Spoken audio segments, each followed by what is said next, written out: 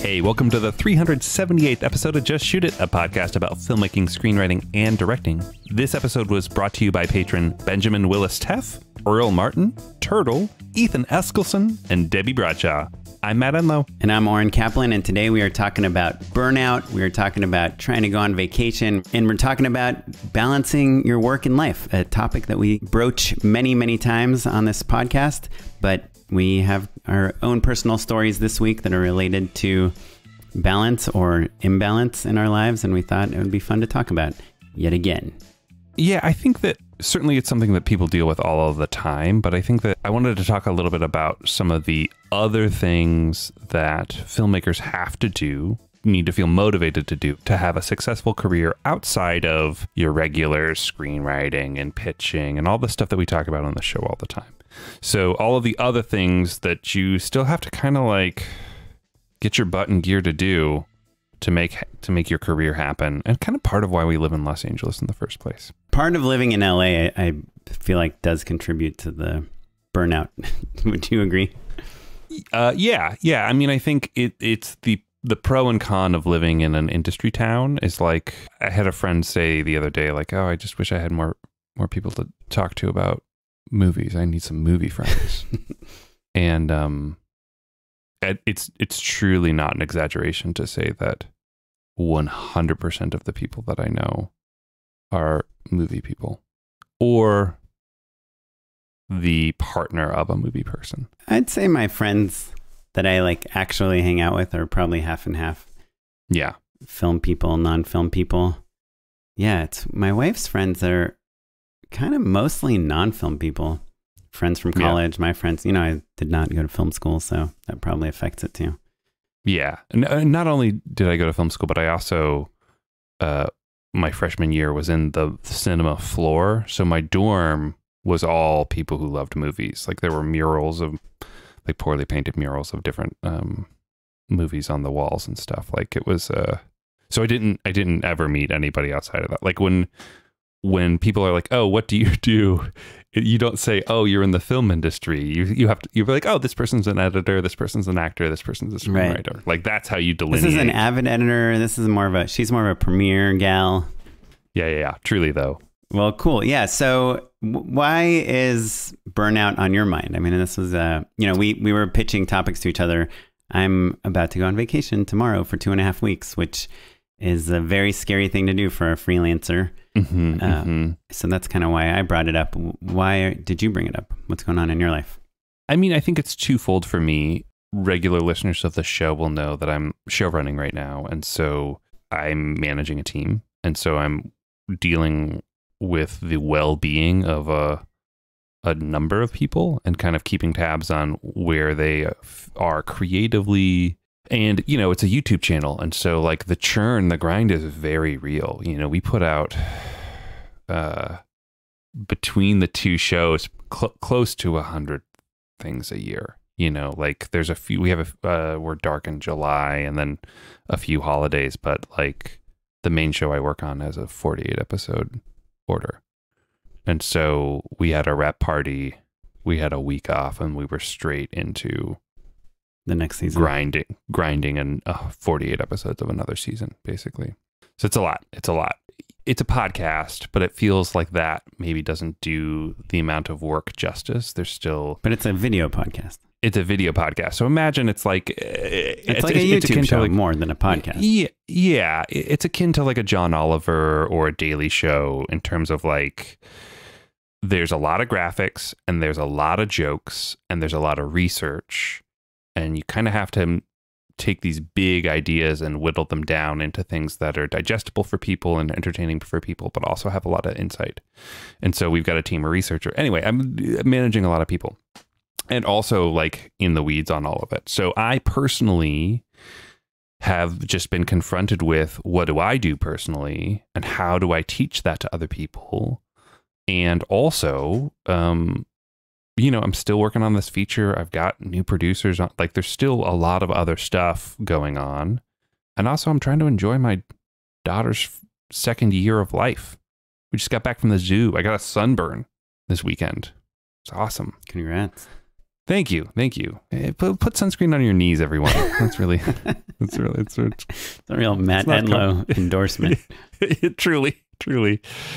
So that's why it kind of came to mind when you brought up how you were feeling stressed. So, and I think that our two predicaments are both pretty relatable and also stark in comparison, that I'm trying to figure out how to balance it on a day-to-day basis, how to keep myself from burning out minute by minute, whereas you really have been sprinting to then take 2.5 weeks off. Yeah, in a way. And then, you know, there's a famous joke in Hollywood, which is if you want to book a part, you know, as an actor, sure, you book a vacation, right?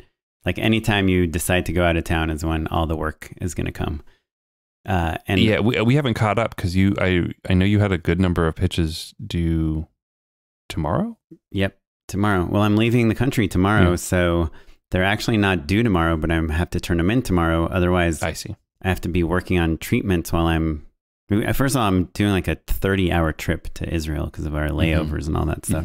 Yeah. With the 2 kids and all the stuff. And also, just as a technical side note for people who are like, oh, 30 hours in the plane, that's just awesome. Like you can write treatments in the air, but like your treatments are super image dense. And so you can't do the sort of like searching. It's just, it's like working in slow motion. It's like trying to run a marathon in a mud pit. I have a 2-year-old and a 7-year-old, and I don't think the Wi-Fi over the middle of the Atlantic is so great. Yeah, it's impossible to use is what I'm getting at. And on top of that, I have this big shoot coming up in July, and it's like a 30 or 40 page script. It's like this 45-minute piece.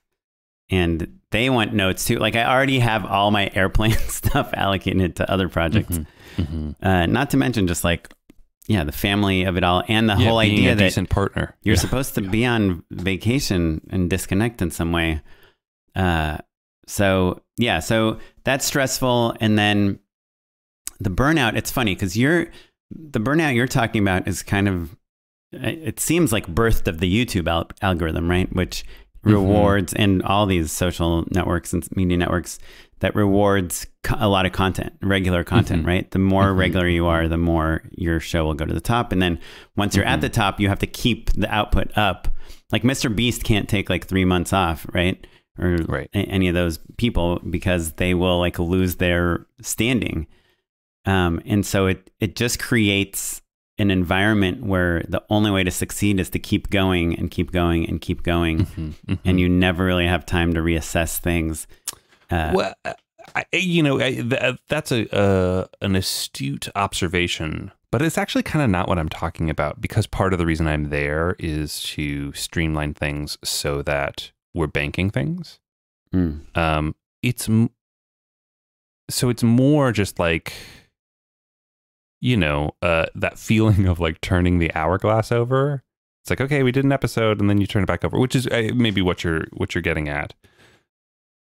Right. Like I mean, maybe if you're banking episodes, I don't know. For me as a freelance director, I'm just fighting really hard to get a job. And then I get if I either don't get the job, which is a bummer because I just spent a week trying to get it. And if I do get the job, I do it, I shoot it, I prep, I do all the work for it, I'm done with it, and then I just need to start it all over again. It's like what you're saying, like you had a couple of days off and then you're back to the grind. There's the churn, right? There's the grind. The thing that I'm dealing with personally is that for once that anxiety that you're describing is kind of taken care of, right? Which is part of why I signed up for it. I was like, writer's strike is coming. I'd love to just get back into like some narrative. Sounds good. But the new anxiety that bubbles up of like being reminded now that pandemic is nice and far behind us, the baby is getting, I don't want to say easier every day, but like more time is emerging for myself. And I'm reminded of like when I first started, I was at drinks all the time. I was at mixers all the time. I was at meeting people. I was doing not the Hollywood thing, but a version of it for sure. And that because I was immersed in Comedy Central and development and all that, you were going to shows, and like I said, mixers and film festivals, all of the kind of other things that we need to do where you build relationships. And like people call that networking, and that's not inaccurate, but like it was really more like developing relationships. And so that when the time came for me to take a project out, or someone hit me up with something or whatever, when an opportunity arose, I had a network of people who were all equally hungry and excited and passionate that I could go to, whether it was putting two other people in contact or something I needed myself or whatever. And over the years, I've let that network dissolve a little bit. You know, you have to nourish that. You have to keep people engaged. You have to keep them aware of what you're doing and vice versa. You have to help them and reciprocate all of that stuff. And, you know, now we're, like I said, outside of the pandemic, people have moved on. People have changed careers. People have shifted gears. All sorts of different stuff is happening. And so I think it's occurring to me, and also my personal goals are different now, right? Like there are other ecosystems that I'm interested in being a part of or engaging with or reestablishing myself. And so like, you know, you wake up and you're like, well, dang, I've got an evening free. I could write a screenplay, hang out with my wife, go to this party, or, you know, this whatever mixer or award show or something. You know, that all sounds so Hollywood and so dumb, but it's all like, those are all opportunity costs that you have to weigh against each other. And it felt like, not like we were done having to do that stuff, but a little bit. Like once you're established, you're not quite so hungry to do that work. And I guess for all the reasons I just listed, it would be helpful. It would be smart to kind of like meet some new people and cross-pollinate some ideas.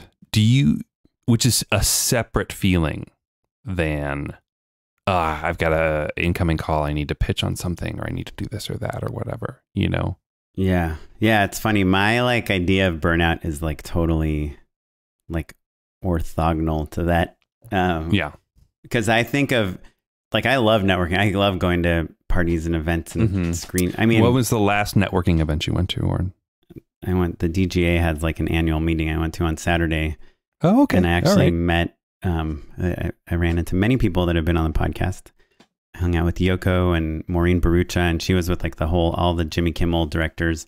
And I talked to this one guy there named Will, who has been directing. He's been on Jimmy Kimmel for 17 years straight. And he's a director. And I was like, whoa, like you must be set. He's like, yeah, I mean, it's amazing. I have a job every single year. You know, they shoot for 40, 50 weeks, however many weeks a year. He's like, every once in a while I get to like take a little gig on the side here or there, but honestly, it's really hard. He's like, I don't really know life outside of the Jimmy Kimmel ecosystem.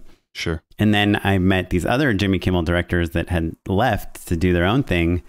And they were all like, hey, you know, if they need anyone, let me know. Like, I'm happy to fill in for you if you need to take some time off. The grass is always greener. Yeah. So one of the questions I asked a lot of directors that I was talking to yesterday was a super obvious question to ask at like, I mean, there was literally like 1,000 directors all together there. And I would just ask them like, so how do you get jobs? Because that's like the job of a director is basically to get jobs of a freelance director. And, you know, most directors are freelancers, even the ones like a Brenna Malloy, who's been on the podcast, who directs like 1,000 episodes of the Chicago shows every year. She still, you know, I'm sure she gets offered a lot of things now, but at some point, like it still ebbs and flows, right? You go through the time where you have 5 things at once and you have to choose the one. Well, and the Kimmel example, I think, is a really good, it kind of, it symbolizes what I'm talking about here, right? Like it's easy to be in a crew, not easy, but like once one is in a crew, whether it was College Humor or Ellen or Kimmel or the Dick Wolf universe, right? You're working with the same people and life is good. But then you look around and you realize, oh, if one of these franchises goes away or somebody retires or my main connects move on or whatever, then that opportunity is dried up. And so maybe you need to diversify a little bit, but you also need to be loyal to these people and you need to be available to them. I mean, it sort of happened with me and at Ellen, you know, like Ellen went away. And so that springtime gig dried up, right? Yeah. And so and everyone goes their separate ways. And sometimes you get a phone call from your old friend from that company and sometimes you don't. Do you know what I mean? And so I see what that Kimmel director was talking about, because I'm sure that they've seen that many times. They're like, oh yeah, I'm doing great right now, but like, what if Jimmy retires? Do I know enough people to stay to maintain the standard of living that I've been maintaining? Yeah. No. Have I saved enough? You know, all of that stuff. Right. Yeah. As a freelancer in the entertainment industry, I think there's like three main stresses. I'm just saying these are off the top of my head, but one is, can I get a job doing this, you know, to make money? Two is, you know, can I be creatively satisfied? Like, am I growing myself as like an artist and like a filmmaker or actor, whatever you do? And three, like, how can I make enough money to be able to retire and all that stuff, right? And sure. And so the people that have the full-time jobs, like you don't have that daily stress of like, what's the next job, right? So it's like a whole element of stress that's like removed from you. Yeah, so I think that's like a little bit part of the balance here and part of the stress and the burnout. But to rewind back to what I was saying, how I think about burnout, I think of like when I first moved to LA, I just worked nonstop. And this is an industry that very much rewards nonstop work. Like if I wasn't a dolly grip on set today, I was writing a script. If I wasn't writing a script, I was shooting a script. If someone asked me to go work on their short film, I would go work on their short film. When I'd get home at night, I would edit and edit and edit. And then I'd shoot test videos and do all these different things. And I was just working like 100% for myself. Like my entire day was dedicated to learning how to be a better filmmaker, meeting more people, and just making things and making things and making things nonstop so I could show people what I made. So maybe they would hire me. And at some point you just can't just keep going. And even like, you know, that last week I got 2 opportunities to pitch on things and my treatments are both due tomorrow. And what is a treatment? A treatment can be anything. It can be 3 pages saying like, hey, I really like your script. Here are a couple thoughts on how we can shoot it. And here's a reference video. Done. You know, let me know if I got the job. Or it can be a 50-page presentation. Here's how the wardrobe's going to look. Here's how the music is going to be cut together. Here's a test video I made. And I do feel like when I make the test video, when I do the Photoshop the things. When you put in the work, you tend to get a better result. Yes. Yeah. But it's still not guaranteed. So like even this past weekend, it was Father's Day. It's a holiday today, Juneteenth. It was, you know, Saturday was all the birthday parties and all the regular things you have to do as like a parent. And I had to spend I've been up till 2 a.m. every single night for the last 5 nights working on my treatments and writing and pulling images and doing all the things, because during the day I have to do all this family stuff. And I'm just like so tired. And there's a very good chance that I won't get either one of these jobs that I'm like killing myself for. And that's to me where like the burnout comes into play. Like at what point do you say to yourself like, yeah, this job is like not worth it. Like I'd rather have a little less money and not fight for this job. And it's tricky because when you're trying to get jobs, it's not just for yourself. It's for like your crew. It's for the people that are finding you the opportunities. And if you say no 3 or 4 times in a row, then they probably will stop coming to you. And that's the other freelancer fear. Yeah. Yeah. I think also maybe the thing underneath all of that is that, and this is the commonality between where we both are. If you do bigger and better spots and bigger and better in spots, like your quote goes up, your reel gets better, it gets hypothetically, it gets easier to book these jobs, right? And on my side, I write another great screenplay, my film goes to South by Southwest and gets picked up, and it is you can watch it on Netflix or whatever, and like my profile raises, maybe I pick up, jobs get easier for me too, right? And the question becomes like, when have we leveled up enough that we can relax? Or does that not exist? I think Right? it doesn't exist. Yeah. And I've kind of started thinking more and more that it doesn't exist recently when I'm pitching against directors that are kind of famous, or like I feel like I'm fans of their work. I'm like, oh, this person directed this like amazing documentary that was at Sundance 7 years ago. Yeah. And everyone's like, yep, what's he done since then? Sure. Did you see Guillermo del Toro had a tweet about how directing is eating shit sandwiches? No. Or a sandwich of shit, he phrased it as. No. He was like, yeah, it gets a little easier. You get a little more bread the more successful you get. But I had 5 projects that were rejected this year. I mean, J.J. Abrams had a job like that got canceled like after pre-production this year.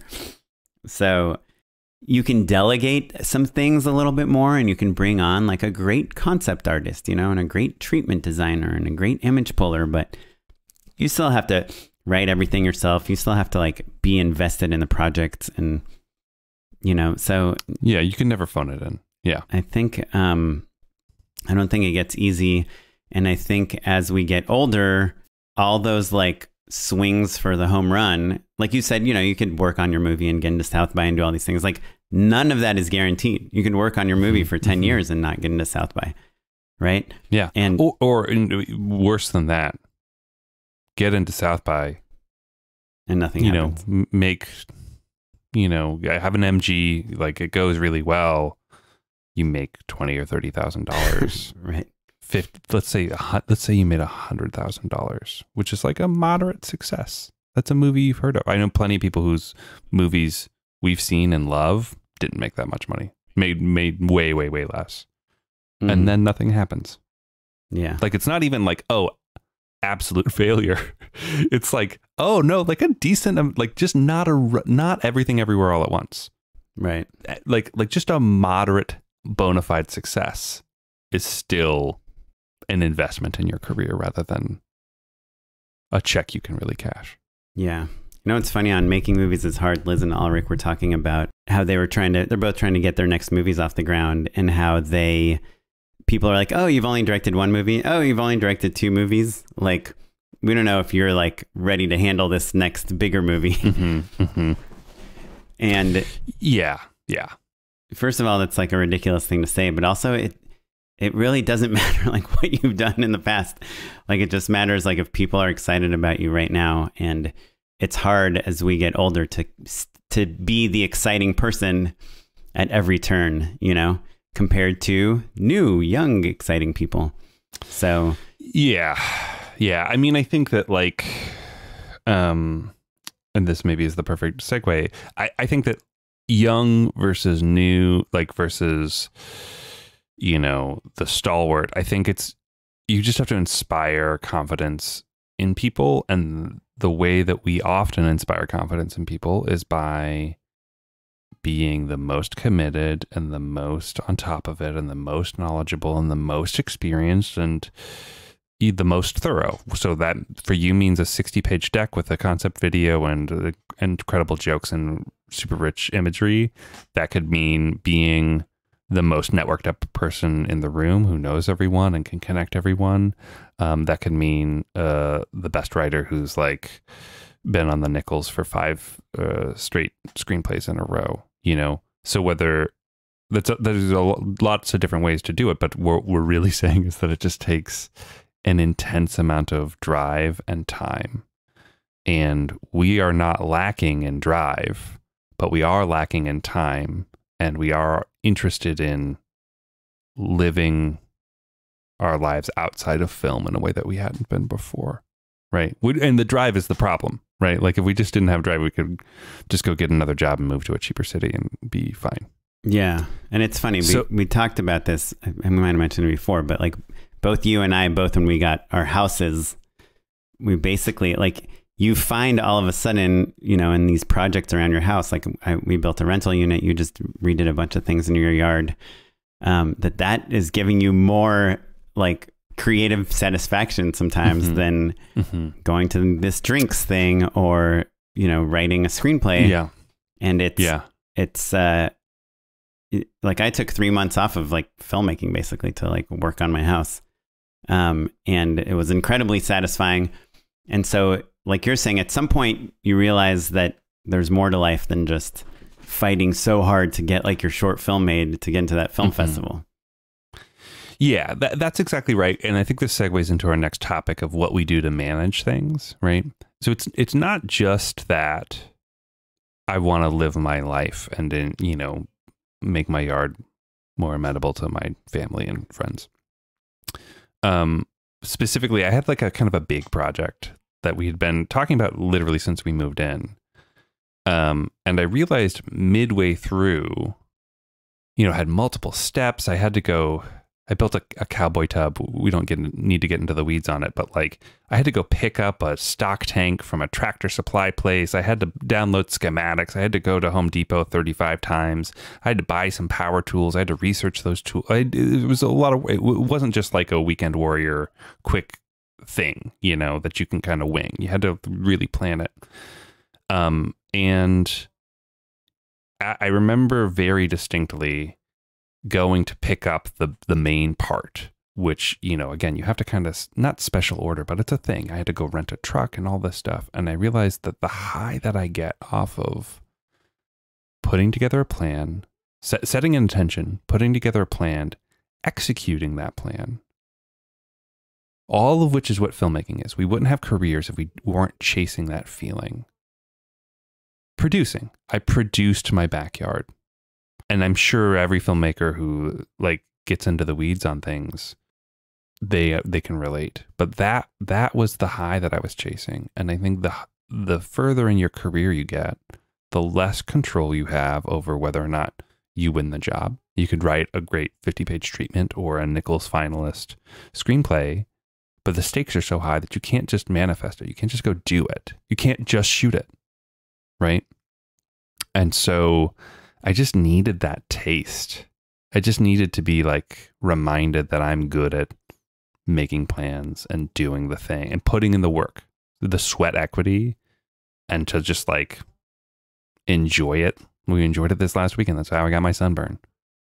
And like, you just kind of, sometimes you need those, it's the same as shooting a short film or writing a spec or shooting a TikTok. You need those small bites sometimes because we're trying to, you know, you need a cupcake if you want to bake a wedding cake every once in a while because you need to be reminded of what it tastes like to eat frosting and cake together at the same time, just to keep you interested. You know what I mean? Mm-hmm. Yeah. I think what this next section, we're supposed to talk about like how we're dealing with this burnout, right? And I guess, are you saying doing another creative project aside from... Another creative project, but specifically with some of the tools that we use as filmmakers. I think it was surprisingly gratifying and unintentional, frankly. Yeah. I mean, I think if you have projects where it's very easy to measure your progress, they're great, as opposed to a lot of the, you know, like for those of us that are writing and pitching and trying to get jobs that aren't just guaranteed. Open-end, amorphous. Yeah. Yeah. I think like the other things that I try to do to tackle burnout, the most obvious one, which for some reason is incredibly hard for us creative types, is to say no, right? Well, the reason is very clear. It's FOMO, right? If I say no, what if that job could have led to a canned line? What if that job could have led to $100,000? What if that job could have led to being perfect for my reel for the next big job? You say no, and all of a sudden you've missed 6 Super Bowl spots in a row and an Oscar, right? Yeah, I have a problem, which I feel like I need to give people a reason. Like actually someone that listens to our podcast just contacted me on LinkedIn and was like, hey, and I didn't really know who it was. And they're like, hey, Oren, great to find you on here. Like, I'd love to schedule some time to chat with you. And I looked them up and they had like a background in advertising. And I was like, oh, is this like a creative director or something that wants to like potentially consider hiring me or put me up for some job? And then I was like, oh, sure. What is this about? And they're like, oh, I heard on your podcast that you, you know, we're talking about pitching and I'd love to pick your brain on how to pitch better or something. And I was like, okay, I don't just like every podcast listener ever like spend 30 to 45 minutes talking to them about what they want to do in their life. I have to say no. And that's why we have a podcast. That's literally why. Yeah. And I was starting to like write my response of like, why not? And then I just never respond because like I feel bad. I'm just like a very guilty no sayer. But anyway, I do believe just saying like, hey, I'm not busy or I'm not available is important. On the other hand, if someone is offering me a job, I used to be very afraid that like other jobs might come up and being offered. And like my philosophy now that I learned from other people is you just say yes to every single thing until you're booked, you know? Like if 10 people offer you a job for next weekend, you just say, sure. And then once like the job is 100%, that's when you deal with the other jobs.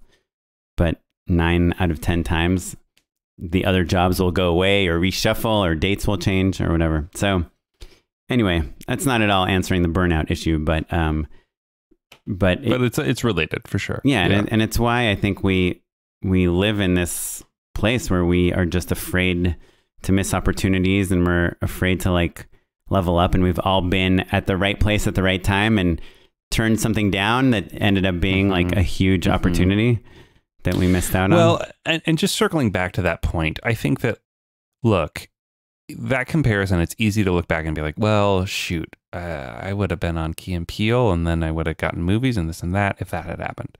But the truth is, it's like, the material has to spark for you the way it did for them in order for the director to bring it to life, in order for it to catch the attention of decision makers, in order for it to get you a TV show.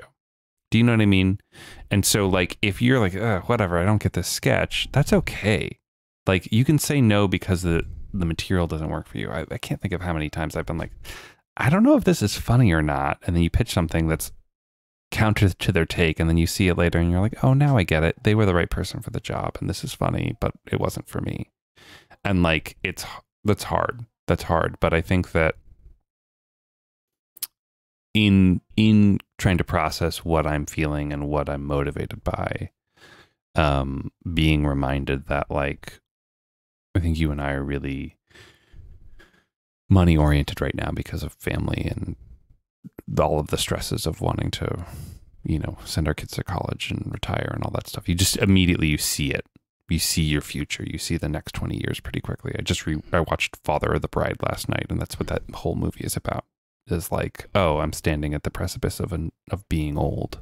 And my kid was, you know, like a little girl. It felt like 5 minutes ago, and now here we are, right? So that's what we're at the other end of that spectrum, thinking about all of that stuff. But if you can follow your interest and passion and chase the projects that are creatively exciting to you, that tends to, historically, that's really paid off for me, and I think for you too, right? And again, the problem is like, okay, well, you got to make a living and then also do all of the other things to cultivate that, the opportunities to shoot sketch videos for free that could become TV shows, or the short film, or the proof of concept, or all that stuff. And so here we are talking in circles. Yeah. Back at the beginning. So we had a few recommendations for people. Yeah. And I think this one was not on our list, but I'm going to propose it. Hip shot. Is try to, especially when you're like single and workaholic, you know, living with roommates and just moved to LA or whatever, and just getting into the business, especially when you're young. And this is advice people gave me that I did not take.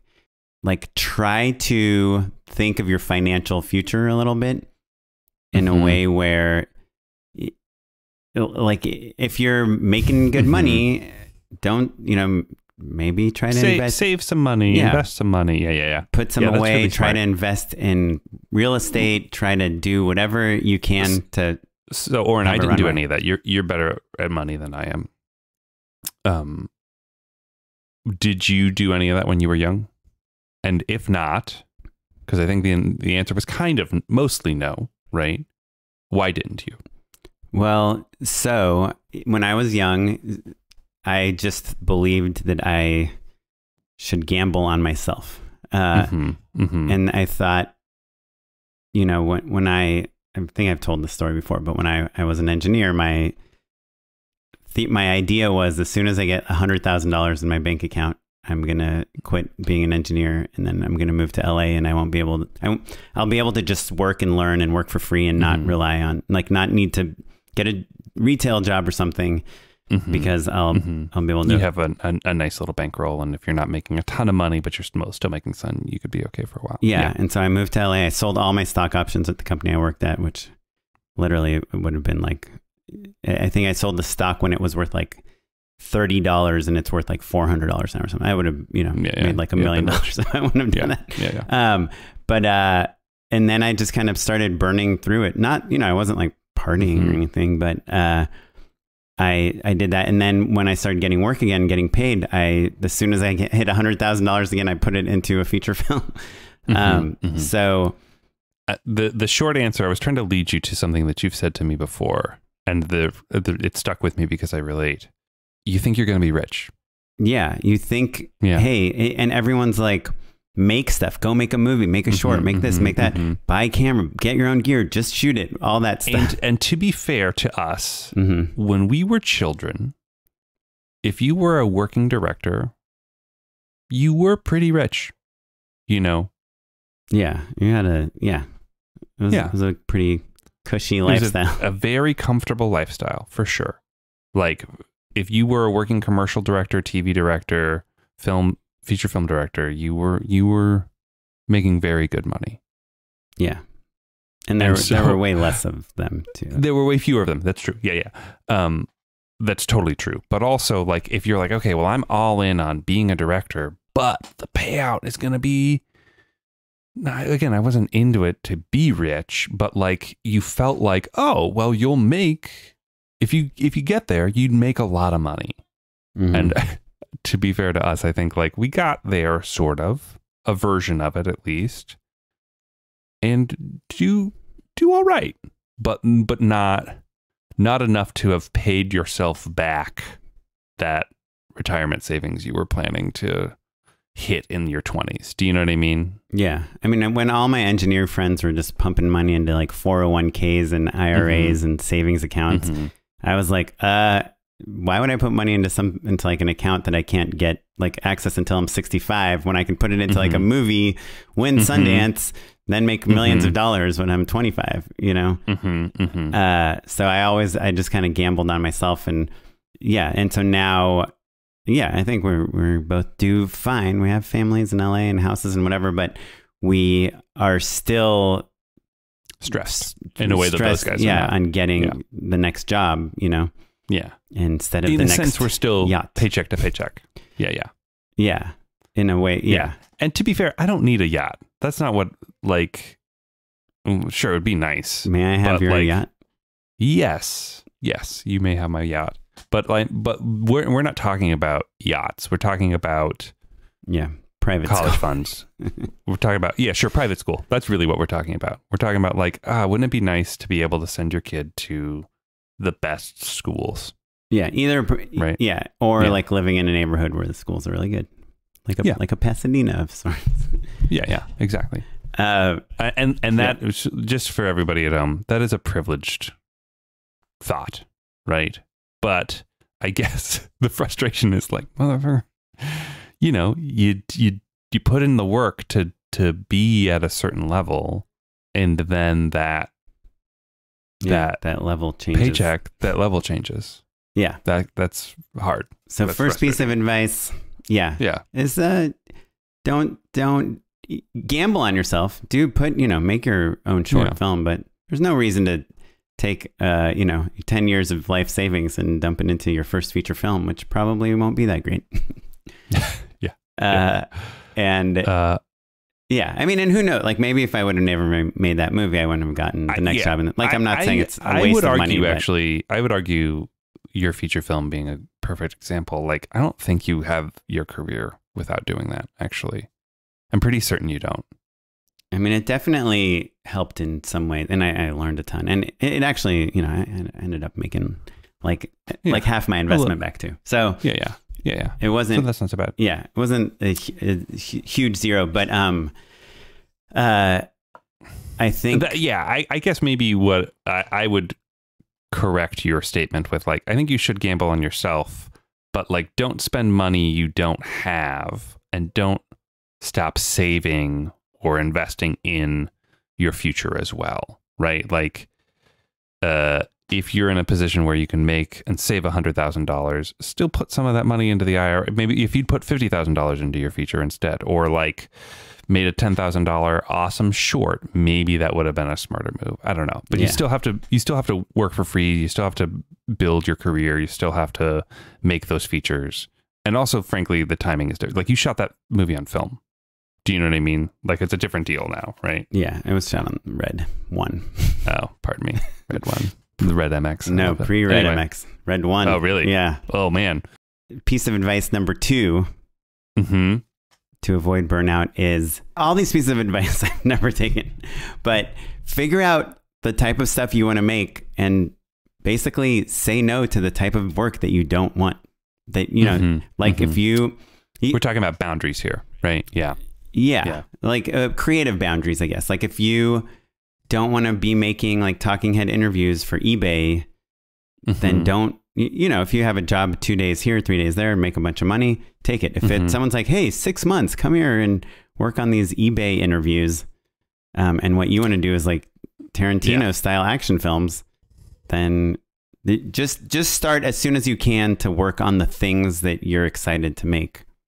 Yeah, I think a little bit of a caveat there, right? Like, you have to be aware that, look, if your day job becomes shooting interviews for eBay, look, everyone's got to make a living, but you don't put that on your website, and you have to know that the only phone calls you're going to get, emails you're going to get from the people who make those eBay videos is for more eBay videos.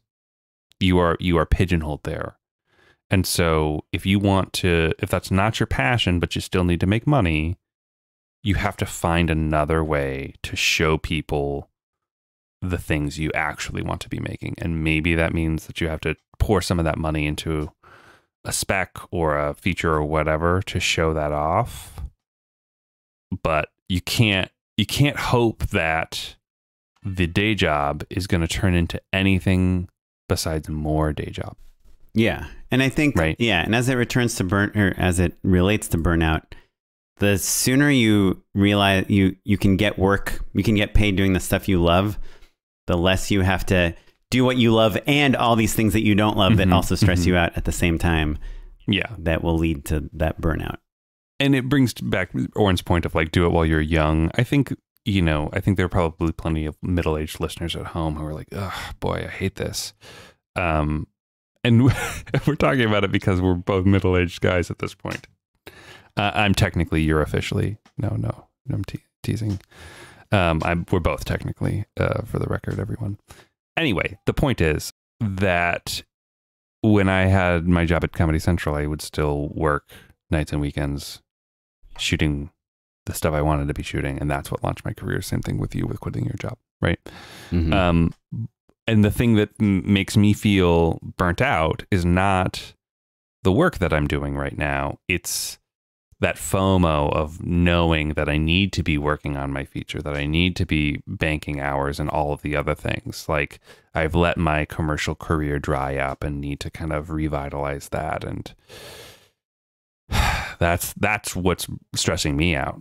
Do you know what I mean? Because I've seen the future. I know what the people who just do my job look like in 20 years. It's a bummer. It's the drive that's poisoning us, Oren. That's the problem. Yeah, the constant disappointment with what we're doing right now. Yeah. And truly. Seeing other people and wanting to do what they're doing. I wonder what a therapist would say about all this. Won't find out. Busy podcasting. Yeah, this is the therapy session. I think in another way, we're just kind of saying to prioritize, right? Do the things you have to do for money. Do the things that you are doing because you love doing them and you want to do them. And I've talked about my website a bazillion times, but advice I got was like, take everything off my website that I don't want to be doing. Only leave the things on there that I want to do. And that's helped me a lot to start focusing on work that is related to what I want to do. Yeah, it's all a version of tell people what you want to do. We're talking about manifesting a little bit as well, really. Yeah, and hopefully but not the woo-woo version of it, just like the practical version of it. Yeah, and the hope is that like if you do stuff you love, that it doesn't burn you out as much, right? Right, hopefully, or leads to a little bit more of what you want to do. Yeah, and also maybe people will stop calling you for the stuff you don't love because you've told them no a few times. I mean, have you ever had a phase where you're like, hey, thank you so much for calling me to do this thing, this kid's toy playing video or whatever, but that's not really what I do? Have you ever had that conversation where you basically told people not to call you? I've had a different version of it because I recognized that it's not, like people will only call you for the things they associate you with, right? And so every time I met a new company, it was a chance to redefine myself. But all of that started with quitting Comedy Central.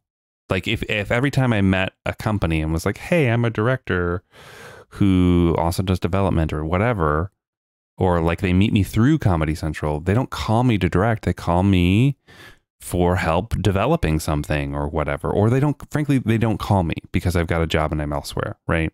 And so I quit so that I could be like, hey, I'm a director, and didn't go back to Comedy Central for literally like 5-6 years when I had a real body of work to be like, hey, yeah, I'd love to do something together.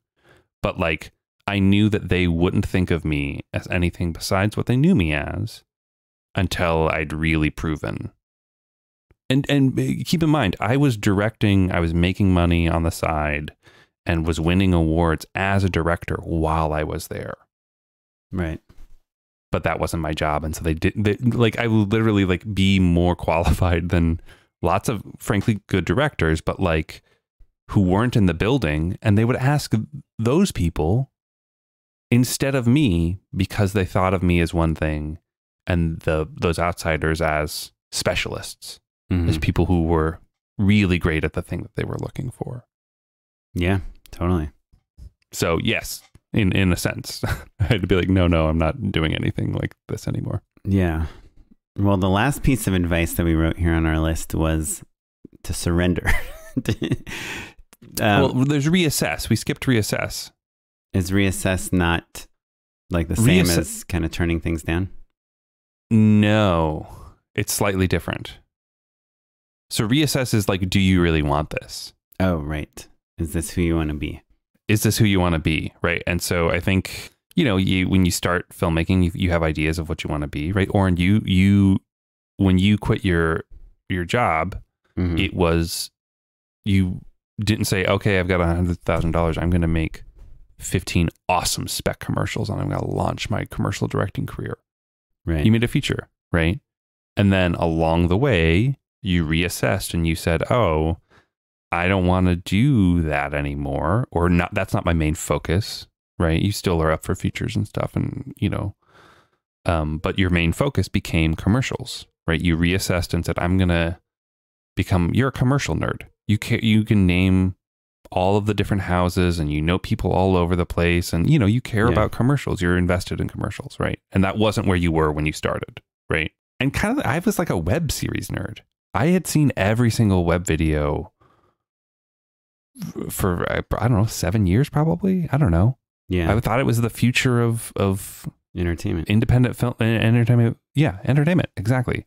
I thought, oh, like the creators will own their own stuff and blah, blah, blah. And then you kind of grow and you change. And so every once in a while you need to say, is this the thing I want to be focusing on? Do I want to keep making independent features? Do I want to keep making commercials? Do I keep on making YouTube channels? Whatever that version is, And so that's a thing basically you got to think about, right? Yeah. I met this actor when I first moved to LA that was like the most exciting actor I've ever. First of all, he was like super cool. He had like this James Dean vibe, and he was in all these indie films and horror films, and he was had a movie at Sundance and a movie at Cine Vegas, which was like Trevor Roth, the Sundance guy's film festival in Vegas.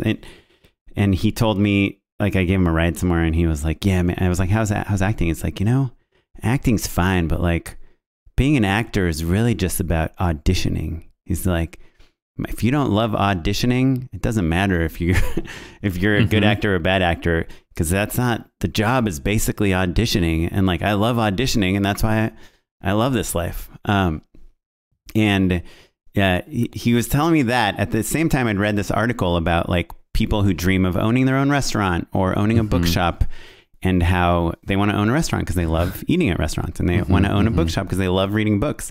But really, owning a bookshop is about like hard to find labor, like worrying about, people not stealing from you, like shoplifters, all these things. Payroll. You should have gone to business school. You shouldn't have been an English major. Right. Yeah. So it's like, it's really like, what's the day to day, of directing a feature? And, we know, like, you look at Terrence Malick or someone that makes a feature every 10 years. Like the day to day of directing a of Terrence Malick's work is not hanging out with Brad Pitt on set, That's the reward every 10 years. My wife has a similar anecdote, actually, that she repeats all the time. She started acting when she was a little girl, and she tells the story about going to the first premiere, or the first movie she was ever in. It was at the Mann's Chinese Theater. It was kind of like, a premiere the way we all imagined premieres would be. There was a red carpet and press and all that stuff. And that's what you think is going to be the thing, the reward. And she had a fine time. Do you know what I mean? She picked out her outfit. She was excited. She got her picture taken. But like, I don't really like that. She doesn't really actually like that. Like now we appreciate them a little bit more because it's like our peers and friends. And all that stuff. I love a good premiere. A good premiere is fun, but it's not, the work is the thing that's fun. The work is the thing. Right. Yeah. And you realize, to your point, like if the job is auditioning, if the job is pitching, waking up at waking up at 5 every morning, right, exactly. Like you have to like that part, which kind of really brings us to the third note, the third idea, which is surrender, right? So like, if you know that that's the thing you like, and if you know that this is a hyper competitive job, and you've said to yourself, do I still want to do this? And the answer is yes. Then you gotta surrender to it and be like, okay, I'm gonna note a video. I'm gonna note a spot while I'm on vacation, or whatever it is, or I'm gonna wake up at 5 every morning to put in those pages before my day starts. Well, what I've been thinking about, and be okay with it, Yeah, what I've been thinking about lately is the question of whether burnout is a 100% mental thing. Like, is that when you think of burning, you're burnt out? Yeah, that's a good question. Yeah. Is it because you have so many things to do? You have more things to do than time to do them? Or is it because all you can think about is how many things you have to do and how little time you have to do them, and how you've wasted so much time to get them done? Like when I have to write a treatment, it takes me like 3 days to just start writing, and I hate myself. I'm like, okay, I'm going to take these next 3 hours and hold on. I'm going to read this one article, eat this food, take this trash out, and then it's like the kid's up and I'm done.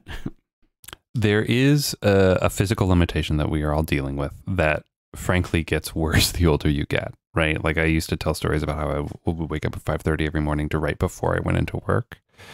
And I would love to do that now, but that would mean I'd have to go to bed at like 9:30 to really be any sort of version of a person, like, right. I don't know how you're doing. You sleep from 2 a.m. to 6 a.m., 7 a.m.? Yeah, I'm like 1:30 to 6:30 maybe. Yeah. And I can't, like, literally today, like no one was up. I went to sleep relatively early for me last night, which was 12:30. And this morning at like 6 a.m. I was like, eyes wide open. Yeah. I can't, if I'm not hitting up like 7, 6.5 hours. I just can't do it anymore. The way I used to thrive at 6. I used to be like, that was my sweet spot. And was a competitive edge, frankly. Like the people who, speaking of drive being helpful, the people who didn't do that didn't have screenplays, didn't have web series, didn't have that stuff while they were working day jobs, right? And some people stay up late, I wake up early, whatever. Tomato, tomato. I think that there is a physical aspect to it. But the flip side is, the reason I took this job is because when I was in between things, I was out with my daughter to going to the park, and all I could think about was where that next paycheck was going to come from, because we have responsibilities now in a way that I didn't 4 years ago. And so I wasn't present. I wasn't doing good creative work, and I wasn't being a good partner or father or friend. And so that's why I decided to make a change. And do you feel like you're thinking about your full-time job now in your off hours? I certainly am. Yeah, certainly. Because I know that I can't partially commit. You know, I'm always all in. However, this job is manageable in a way that freelance work is all consuming, because you're either thinking about what you're going to pitch or pitching, or worried about why you're not pitching. Right. Yeah. And at least for me, I literally just didn't have the mental, and also look, reservoirs weren't there, you know, like, yeah, no, you know, I needed stressful. cash, right? I was just like, oh God. Well, you know, yeah, I asked that question about whether it's all mental, because like yesterday we were out at the Americana. We were at Barnes and Noble. I was with my kids. My wife was doing something at Nordstrom. It's Father's Day. We just saw Elemental at the movie theater together, and it was a good day. And I had have this treatment too, but it was off with like we hired a treatment designer, so I wrote everything, kind of pulled a bunch of images, and he was going to put it all together. And he sent me his first draft, and I looked at it on my phone, Barnes and Noble, after he'd worked on it for 2 days, and I was like, oh my goodness, this is so far from where it needs to be. Like the aspect ratio is all wrong. The typography is all wrong. The image selection's all wrong. The colors are all wrong. I didn't like. You hated it. Yes. Yeah. In other words, I was not a big fan, and we were going to go have dinner together and everything. And all I could think about is like, I need to go home and I need to start sending notes. I can't believe you went with Cooper STD, Cooper Standard instead of bold. He was like using Helvetica New, which is like a fine font, but it was like, it doesn't matter. I was teasing you about that, and you just doubled down on it. No. Yeah, of course I... you care about fonts, I know. That's I'm roasting you for it a little bit. Well, I thought, I don't know, Cooper STD would have been better. That's all I'm saying. It must be Cooper Standard. I've never said it out loud before, but STD must be standard, right? Or standard weight. Something else. STD stands for some other things. Sorry, Cooper. Anyway, so I was like, Kara, my wife's like, so where should we go to dinner? What are you in the mood for? And I was like, honestly, like, and it was Father's Day, so I had a little leeway to give my opinion and like do the thing I want to do. And I was like, the thing that would make me happiest right now is just going home, you figuring out dinner with the kids, and me just fixing this freaking treatment so that it's ready in time before we go on our trip. And as I was like having these thoughts in the bookstore and like just so stressed out about it, I was like, and your kids are like, I want this stuffy. And who knows you're where like, my kids were jumping down the 14 escalators they have there.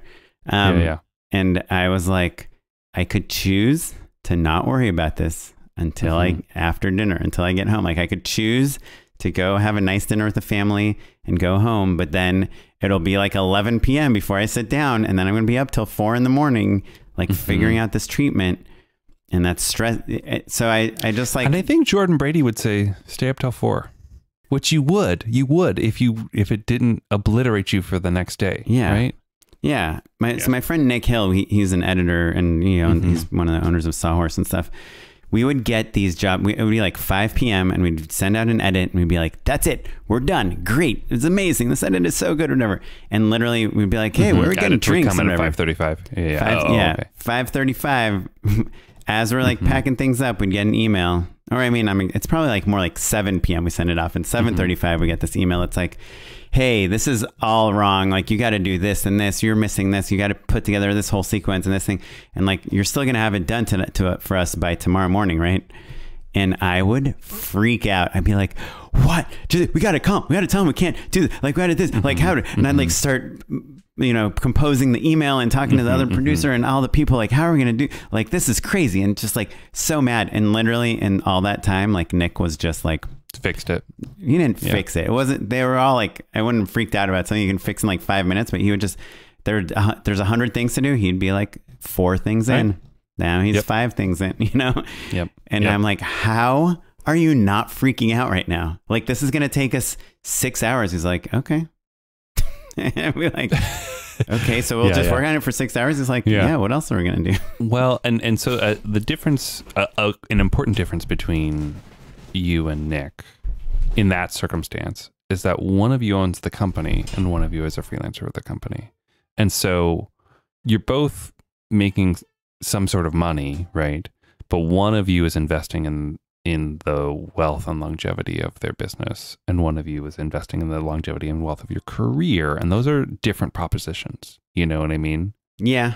But I saw him do it on, like, we would be doing favors for people, like, hey, come work on this thing for me. And he was never intimidated by the amount of work, and me, all I think about is like, how long is this going to take me? How much work? How many things, and like, so I do wonder if like burnout and surrender and what Jordan Brady says, which is like, when I asked him, like, don't you freak out when you have this, you find out you have something to do tomorrow morning, you're going to be up all night. And would say like, say we work up all night. Yeah. So that brings me maybe back to my original thought. The origination of where this came from is as a leader, as a boss, as a person who's trying to kind of observe all of the different ways that people deal with stress. I have people on my team that react the same way that you do, and I have people on my team who are very zen about it, and everything in between, right? And so the question becomes, it's not just like, oh, do you have a disposition that works in this field or not? I kind of reject that as an idea, right? Like, you're doing great, Nick's doing great, and you both have figured out how, but how can you guide people to the balance that we're talking about is the thing that I was just obsessed with. So I feel like we outlined a good number of things. I don't know that I have a prescription for every single person on my team or for myself, but I feel closer. I feel better. Yeah. And I do think, as annoying as this answer is, it's like different for each person. And you really, like burnout is bad, I guess, because it means you're just like can't handle the workload anymore. But it might mean you just need to take a day off and then get back to it. Or it might mean you need to change your career or leave your family. I think for you, Oren, I think it is mostly mental.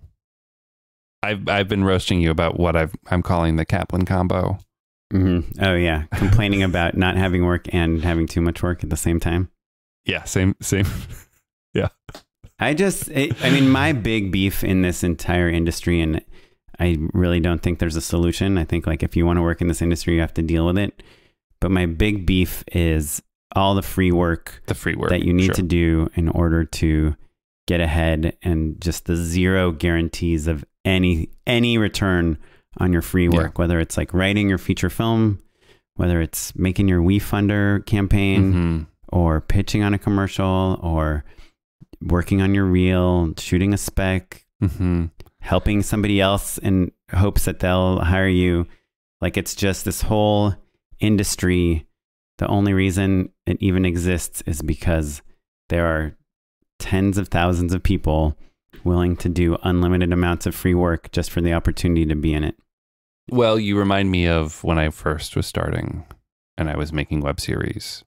I was very explicit with what the goal was. And that goal was to build a calling card. It was not to make the money back. It was just, I'm going to make a calling card for myself and the people who are working with me. And that was the only goal, and it worked out. Everybody across the board, everyone's careers got better. For sure. But by the way, that web series could have not been well received, and then it would have all been, no guarantees. Yeah, no guarantees. But to my point before of like chasing the passion project, chasing the art, the dream, but I also still had a day job, and so did everyone else. I was very explicit of like, hey, because some people worked for free, some people, none of them were making a living doing this, and so it was nice and clear. And I guess what our problem is that if you're hoping to make a living off of feature films with no guarantee, that's a lot harder than hoping to make a good movie that you stand behind and premiere somewhere good, right? Yeah. Eesh. So save some money, folks. Yeah, save money, get your money straight, save some money. And it'll or all just work have out. some rich parents. Yeah, sure. That's true too. That's another way to do it. You know, find fulfillment where it lives, where you are. You know, maybe that's the way to do it. Who knows? We haven't figured it out, but pretty close. We're pretty close. Yeah. Anyway, on that note. Yeah, we'd love to know what you all think about Burnout. Contact me on LinkedIn. Why not? Or just email us at justshootitpod@gmail.com. We'd love to hear from you. Maybe we'll respond to you. Maybe we won't. No, but we'll read it for sure. Email us justshootitpod@gmail.com. I'd love to hear your thoughts on how you balance your work and your life. With that said, you got a second to endorse something? Yeah, buddy. Unpaid endorsements. I'll kick it off with an endorsement that I endorse wholeheartedly and that you would love and will certainly ignore. And that is the film Paper Moon. We watched a number of movies in the backyard over Father's Day weekend. We watched Three Men and a Baby, Paper Moon, and Father of the Bride. Paper Moon was by far my favorite. I'd call it a full-blown masterpiece. Peter Bogdanovich coming, kind of at the height of his powers, a black and white comedy about a daughter or a presumed daughter and her father kind of grifting their way across Kansas in the Depression. And it is so funny. It is so charming.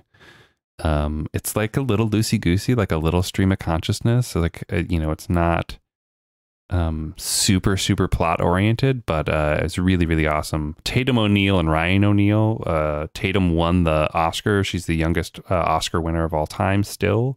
They are father and daughter in the movie, and in real life, she's incredible in it. But she's I think, so funny. they had like a falling out or something right after that movie. I did like not. Never spoke again or something. Never spoke again? Well, Something boy, like oh that. boy. I need to read up on my Paper Moon history, but the movie's really great. It's really, really fun. Yeah. And you, Oren, you would really like it, and will probably ignore me. No, I've seen it. What, Paper Moon? It's Have like you a seen it? classic movie, yeah. Yeah, I know, man. I'd never seen it. Oh, really? Yeah. Oh. What do I got? Have I talked about All the Hacks, that podcast? I think you have. So they Keep going. That's okay. Double down. Is there a new episode? Yeah, an episode just came out where he does listener questions and listener comments, and I think I might have mentioned this, but like recently I've been trying to like get like the credit card points to help me with. So I've been trying to go on more vacations because, like Matt has mentioned 100 times, COVID is in the rearview mirror, and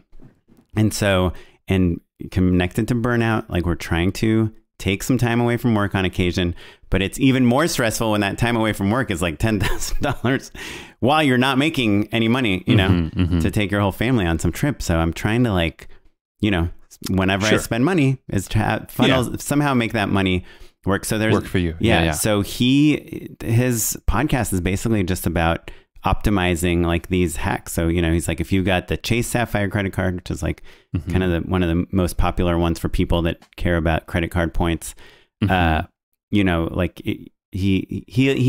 write into him and they tell him like the hacks they did. So they're like, I had my Chase Sapphire. I went to points.me. I got like a first class ticket for 50,000 points. And it should have been, you know, it was like $2,500. So I saved this much. And he just kind of like, if you listen to it, you just start like hearing a about general awareness.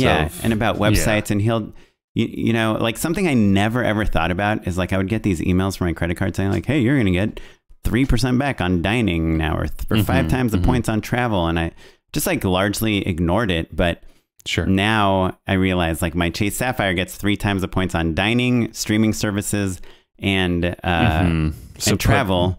So I put those things on that, and my Amazon card gets 5% back on like Whole Foods and Amazon purchases. And then, and Yuki, who's, you know, a friend of ours that listens to the podcast, he always, whenever he would look at a price on Amazon, he'd always subtract 5% from it. And I'd be like, why are you subtracting 5% from it? He's like, oh, because I get 5% back on my Amazon purchases. So if something costs $100, it's like $95 compared to like if you bought it at B&H Photo, you know, where it would be $100, but maybe you don't have to pay tax. And so I don't know, I'm trying to do this stuff, and it's kind of starting to add up. So like right now, I can probably get like a few free business class tickets across the country, and I'm trying to, you know, when I fly for work, to have them always go on Delta, and flying for work is like a really good hack for directors or anyone with any sort of corporate life. You know, if you can get work to, if you can let them let you book it on your own personal card and then pay it off immediately, that's definitely the way to go. I feel like I'm, in my younger years, was like too sloppy. I just end up me like too. carrying a balance or whatever. You know what I mean? I'd be like, yeah, great. And then you spend the $500 you spent on your flight to New York or whatever. Yeah, or like people get points and they expire and all. Like, like I'm sure I have many free vacations I could have had if I would have just like been paying any attention to this stuff more than a year ago. The one tip that Yuki gave me that I think is good for everyone is like, whenever there is like a points program, I used to never sign up for it because I was like, I don't want to get emails about, you know, American Airlines points program. But Yuki's like, look, every airline here, I have my ID number for. Every hotel, I have my ID number for.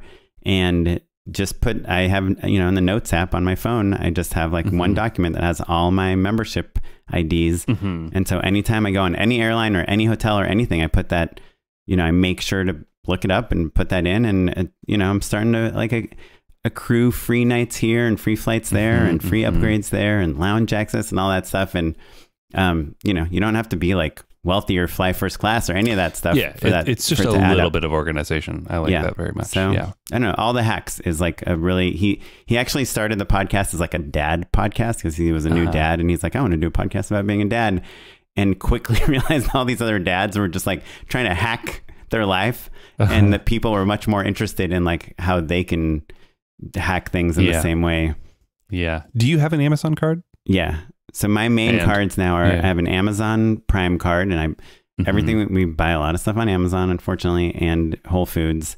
And so everything from those two places goes on the Amazon card. And Amazon also gets 3x on gas, which barely buy any gas, but I bought some gas yesterday and I put on the Amazon card, and then the Chase Sapphire gets like 5 times the points on Lyft rides, like more on any travel, you get 5 times the points, get 3 times on dining. And so it all kind of adds up. And I like having at least like a little delineation of like, okay, this is for this and this is for that. And then you're good to go. Yeah. Well, I had them, I was looking at them as my business and my personal cards. Chase Sapphire for business, Amazon Prime for personal. But I don't know, talking to my accountant and all these other people, it's like you can write off so much stuff in your life, and you might as well just like optimize the points. So I'm trying to, you know, the advice that I told people to take when you're like 25, I'm trying to take it like, you know, 15 to 20 years later. All right, buddy. Well, good conversation. Maybe I'll go get an Amazon card. I spend too much on Amazon because we don't have time to go to Target. And frankly, I think they're equally evil, give or take. Look, here we are. If you want to chime in on anything, you can hit us at justshootapod@gmail.com. Oren already said all this stuff. Or we're across all social media at justshootapod. I'm at Mr. Madanlo. And I'm at O'Kaplan on Instagram. This episode was edited by Noah Bayshore. Our producer is Tyler Small. And you're listening to music from the Free Music Archive and the artist Jazar. And we will catch you next time. Thanks, everyone. Thanks, everyone. Bye.